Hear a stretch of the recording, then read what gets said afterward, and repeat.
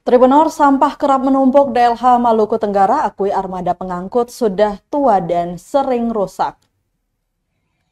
Kepala Dinas Lingkungan Hidup atau DLH Kabupaten Maluku Tenggara Malra, Cornelis Retop, mengakui armada pengangkut sampah kerap rusak menjadi kendala utama pengelolaan sampah.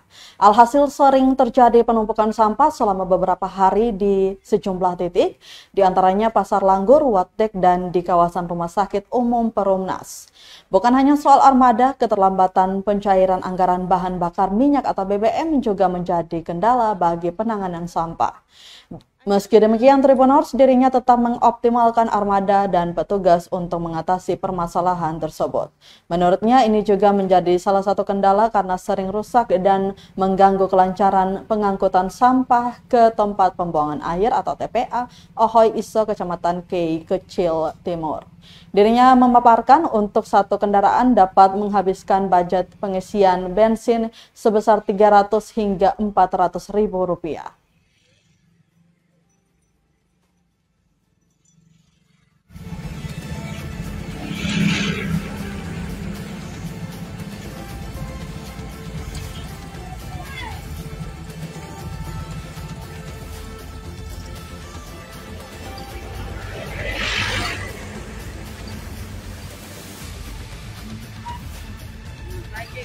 Download Tribun X sekarang, menghadirkan lokal menjadi Indonesia.